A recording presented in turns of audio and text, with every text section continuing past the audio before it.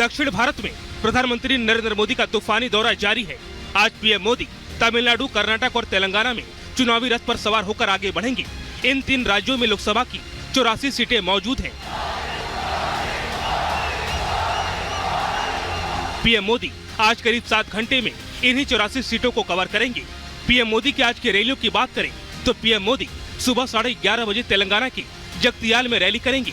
तेलंगाना के बाद पीएम मोदी दोपहर 3:15 बजे कर्नाटक के शिवमोगा में रैली को संबोधित करेंगे। वहीं शाम के 5:45 पर पीएम तमिलनाडु के कोयम्बटूर में रोड शो भी करेंगे। लोकसभा चुनाव की तारीखों के ऐलान से पहले ही पीएम मोदी मिशन दक्षिण में जुटे हुए हैं। दक्षिण बीजेपी के लिए उम्मीद का सबसे बड़ा द्वार है। अगर ये द्वार खुला तो हो सकता है कि सीटों का आंकड़ा 400 पार पहुंच जाए। इस उम्मीद को अंजाम तक पहुंचाने के लिए पीएम मोदी दक्षिण के 5 दिवसीय दौरे पर हैं। इस दौरे के जरिए जहां पीएम सियासी संगठन साध रहे हैं, वहीं रोड शो के जरिए स्थानीय लोगों से भी जुड़ रहे हैं। आज पीएम मोदी 3 राज्यों में मौजूद 84 लोकसभा सीटों की सियासी जमीन को नापेंगे। अब तक की जनसभाओं में जहां सियासी प्रत्यंचा चढ़ाकर जुबानी बाण से सत्ताधारी डीएमके कांग्रेस गठबंधन पर निशाना साधा, वहीं विकास की गारंटी के जरिए जनता का विश्वास जीतने की कोशिश भी की है। दक्षिण के राज्यों में पीएम की रैली में भारी जनसमूह उमड़ रहा है। जनता का समर्थन और पीएम मोदी के तीखे प्रहार ये समझने के लिए काफी है कि इस बार का चुनाव विपक्ष के लिए आसान नहीं रहने वाला।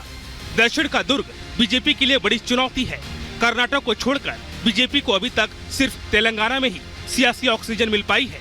ऐसे में इस बार पीएम मोदी हर वो कोशिश कर रहे हैं जिसके जरिए 400 का लक्ष्य हासिल किया जा सके।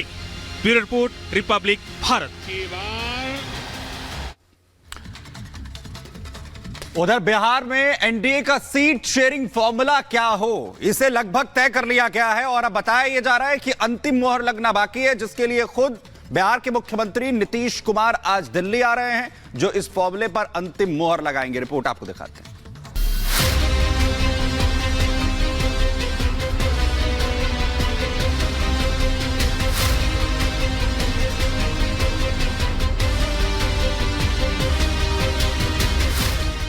लोकसभा चुनाव की तारीखों के ऐलान के बाद सियासी शय और मात का खेल तेज हो गया है।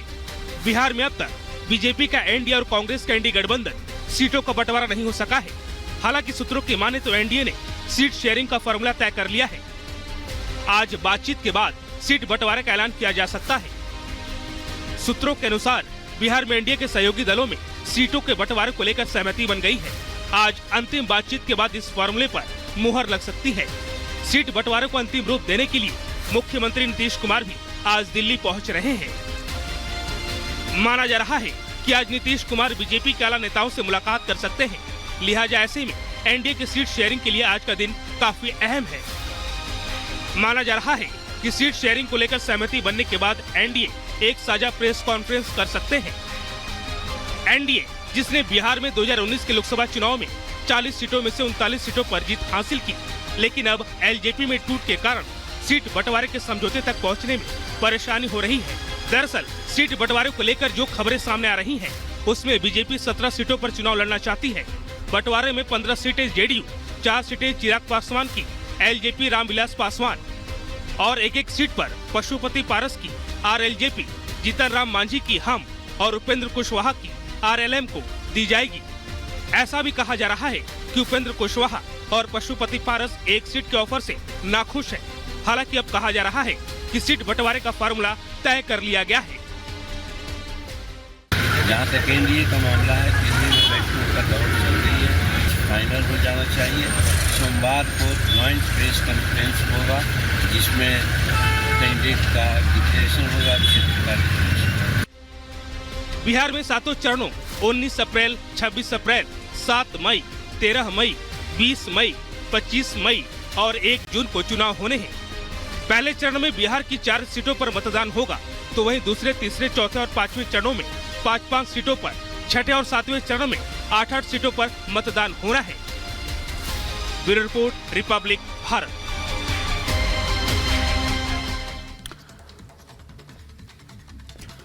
उधर कांग्रेस की भारत जोड़ो न्याय यात्रा का कल समापन हो गया। यात्रा का समापन महाराष्ट्र के मुंबई में हुआ, जहां पर इंडी अलायंस ने अपनी एकजुटता दिखाने के लिए एक मंच पर इकट्ठा हो अपनी शक्ति दिखाने की कोशिश की, लेकिन राग वही ईवीएम का लापा गया। लेकिन दिलचस्प ये रहा कि इस महारैली को जिस तरीके से करने की कोशिश की गई, उसमें ईवीएम राग को सुनने के लिए जनता बहुत ज्यादा उत्साहित नजर नहीं आई। किस तरीके से जो भीड़ नदारद रही इस रैली से, जरा रिपोर्ट के जरिए देखते हैं।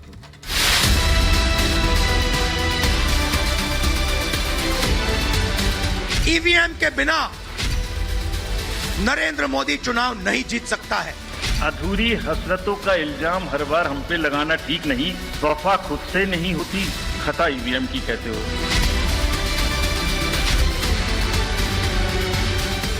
लोकसभा चुनाव के ऐलान के दूसरे दिन ही इंडी गठबंधन के नेताओं ने मुंबई में एकजुट होकर शक्ति प्रदर्शन किया।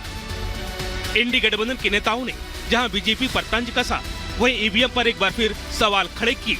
देश के धर्म, जाति और उत्तर दक्षिण में बांटने वाले विपक्ष में संविधान को बचाने की कसमें खाई। बंगाल और पंजाब जैसे राज्यों में सियासी समीकरण बिगड़ने के बावजूद इस रैली के जरिए विपक्षी एकता के झूठे कसीदे पढ़े गए।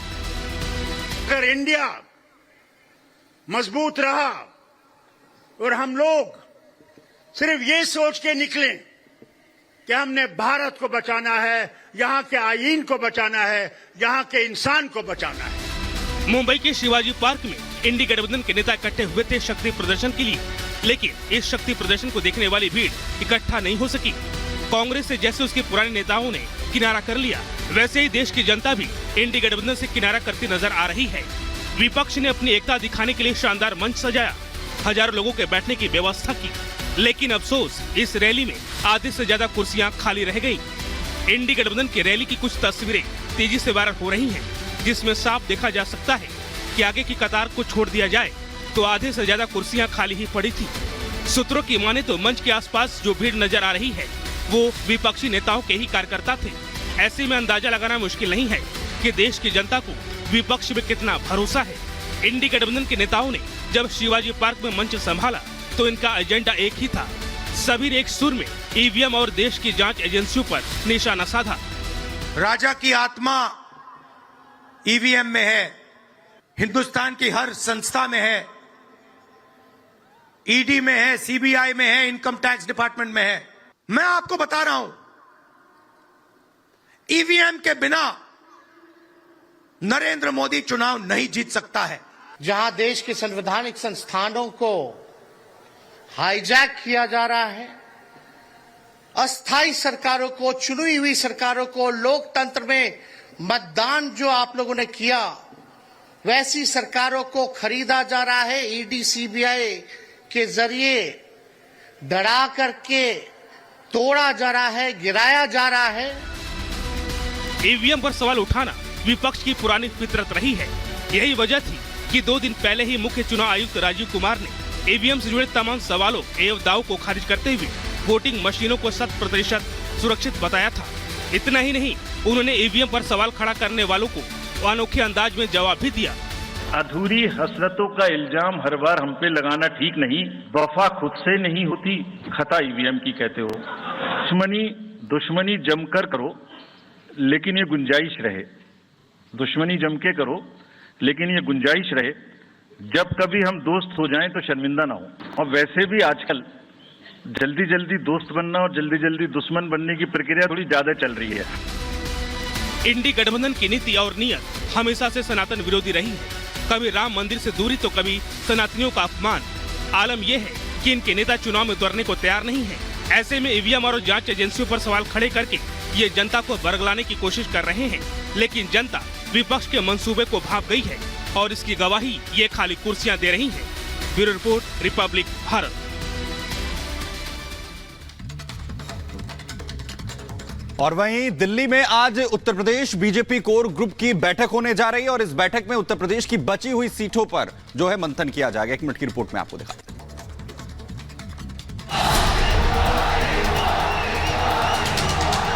लोकसभा चुनाव के लिए बीजेपी ने अपने उम्मीदवारों की 2 लिस्ट जारी कर दी है। पहली लिस्ट में 195 और दूसरी लिस्ट में 73 उम्मीदवारों के नामों की घोषणा की गई है। पीएम मोदी की अध्यक्षता में हुई पार्टी की मीटिंग में नाम तय किए गए थे। अब यूपी की बची हुई सीटों के लिए यूपी बीजेपी कोर ग्रुप की बैठक आज होने जा रही है। सीटों पर मंथन के लिए बीजेपी अध्यक्ष जेपी नड्डा और गृह मंत्री अमित शाह के साथ यूपी सीएम योगी आदित्यनाथ इस बैठक में शामिल होंगे। बैठक में डिप्टी सीएम केशव मौर्य और ब्रिजेश पाठक भी मौजूद रहेंगे। कोर ग्रुप की बैठक के बाद चुनाव समिति की बैठक होगी, जिसमें पीएम मोदी उम्मीदवारों के नाम पर मुहर लगाएंगे। बीजेपी की अब तक की जारी की गई लिस्ट में कई बड़े और दिग्गज नेताओं के नाम शामिल हैं। वाराणसी से पीएम मोदी, लखनऊ से रक्षा मंत्री राजनाथ सिंह समेत और भी कई बड़े नेताओं के नाम इसमें शामिल हैं। पार्टी की पहली सूची में 28 महिलाएं और 47 युवा शामिल थे। बीजेपी ने पहली लिस्ट में यूपी की 51 सीटों पर नाम घोषित किए थे। वहीं लोकसभा की तारीखों के ऐलान के साथ अगर राजधानी दिल्ली की बात करें तो 7 सीटों पर बीजेपी ने अपने उम्मीदवारों का ऐलान कर दिया है। इसमें नई दिल्ली लोकसभा सीट से बांसुरी स्वराज को मौका दिया है। रिपब्लिक भारत ने एक्सक्लूसिवली बांसुरी स्वराज से बातचीत की है, सुनवाते हैं आपको। लोकसभा चुनाव की तारीखों का अब तो ऐलान भी हो चुका है और अगर उम्मीदवारी की बात करें, मैं वहीं से शुरुआत करूंगा जी। यंग फेस हैं आप और बीजेपी को कहा जाता है कि नए चेहरों को बहुत ज्यादा जो है उम्मीद से मौके के तौर पर जो है उन्हें आगे किया जाता है। तो ये जो टिकट का ऐलान हुआ, ये जो मौका मिला, इसे आप कैसे देखती हैं? कितना बड़ा आपके कंधों पर जो है जिम्मेदारी बीजेपी की तरफ से दी गई है? पहले तो कृतज्ञता ज्ञापित करती हूँ शीर्ष नेतृत्व की कि उन्होंने इस योग्य समझा। लेकिन मैं आपको सच बताऊं, ये इत्तेफाक की बात है कि ये टिकट बांसुरी स्वराज को मिली है। ये टिकट मेरी नहीं है, ये प्रत्येक भारतीय जनता पार्टी के कार्यकर्ताओं की टिकट है। और मैं सच बता रही हूँ, मैं अकेली नहीं हूँ, मेरे पीछे पूरी संगठन की शक्ति है। पूरा मेरा भाजपा परिवार जो है वो मेरे साथ लगा है। रही बात कितनी बड़ी जिम्मेदारी है, तो देखिए चुनाव है, बिल्कुल भी लाइटली नहीं लूंगी, बहुत बड़ी जिम्मेदारी है, लेकिन इसको अकेले नहीं निभा रही। उम्मीदवार कमल का फूल है, हम सब कार्यकर्ता जुटे हुए हैं ग्राउंड पे काम करने में। अगर मैं इसको ये कह के पूछूं, क्योंकि बांसुरी स्वराज को एक कार्यकर्ता के तौर पर आपने कहा एक मौका मिला है, लेकिन आपके साथ एक बहुत बड़ी लेगेसी जुड़ी हुई है आपकी माता श्री की, स्वर्गीय सुषमा स्वराज जी की। और ये जो लेगेसी है, इसे लेकर दबाव महसूस होता है? लगता है कि इस जिम्मेदारी को आगे लेकर जाना और ज्यादा जो है वो कठिन होगा? आसान लगता है, मुश्किल लगता है इस लेगेसी को आगे लेकर जाना? मैं आपको सच बता रही हूँ, बिल्कुल भी नहीं, क्योंकि मैं लेगेसी का प्रेशर ले ही नहीं रही। मुझे लगता है ये बाकियों के दिमाग में, जहन में ज्यादा हो सकता है। मुझे तो